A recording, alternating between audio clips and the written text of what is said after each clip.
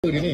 Husband saya sakit, didiagnose oleh doktor sakit kanser leukemia, dan baru-baru ni doktor bagi tahu pula kanser lymphoma. So ada dua kanser, lymphoma dan leukemia. Okey.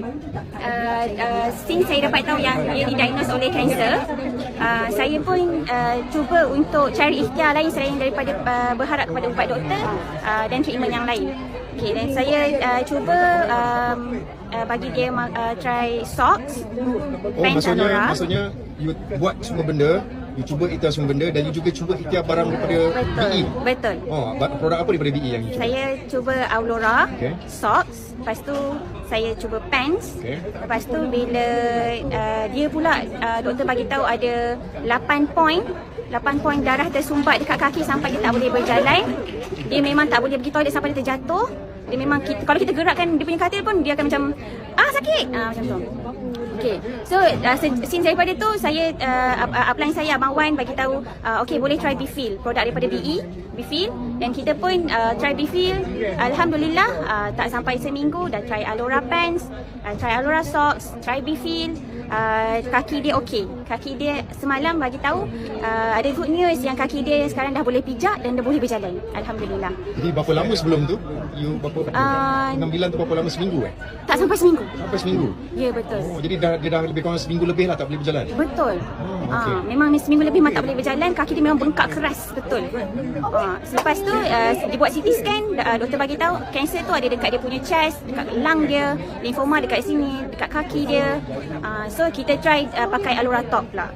Kita try pakai Alora Top. Lepas tu kita try sebelum tu lagi kita dah makan produk BE juga, Shiruto dan Spirulina selain daripada Bifil. Then alhamdulillah selepas treatment yang pertama kemo, doktor bagi tahu okey esok kita akan buat kemo lagi. Tapi esoknya pakar datang, pakar bagi tahu tak perlu hari ni buat kemo. Sebab darah dia, result darah dia normal, cantik, alhamdulillah semua okey, dan doktor bagi rest minggu tu, tak perlu buat kemo lagi.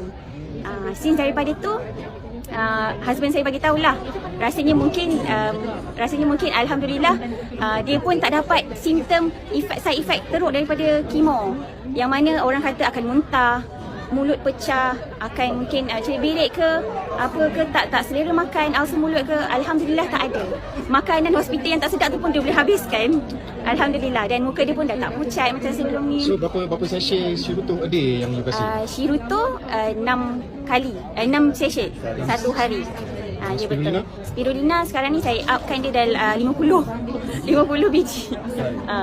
Okey, jadi selepas tu dia dah semakin okey, saya pun alhamdulillah lah. So saya rekomenkan siapa yang ada masalah yang sama dengan suami saya rekomenkan 6 session Shiruto. Saya rekomenkan Spirulina untuk kuatkan imun dia ke, untuk nutrien dalam badan dia. Saya rekomenkan pakai set Alora. Setakat itu alhamdulillah. Terima kasih BE. Oh ya, selepas yang masa yang dia punya kaki teruk tu, dia akan ambil painkiller banyak kali, sampaikan kadang-kadang tengah malam pun dia akan menjerit. Dia kata dia akan tak boleh tidur sebabkan tiba-tiba sakit tu datang. So dia akan makan painkiller. Tapi sekarang ni sejak pindah hospital Ampang ni, dia kata dia tak perlu ambil painkiller dah. Dia tak rasa apa-apa. Sebelum tu dia tak pakai pun, dia tak boleh nak pakai spank situ. Dia letak je malam tu. Malam tu terus alhamdulillah dia boleh tidur, dan esoknya dia boleh, kaki dia boleh gerak-gerak macam ni. Dan dia berapa umur suami? 29 sama. 29 tahun. Jadi kami doakan penyembuhan segera untuk suami. Amin, amin, amin ya Allah. Okay, thank you for your sharing.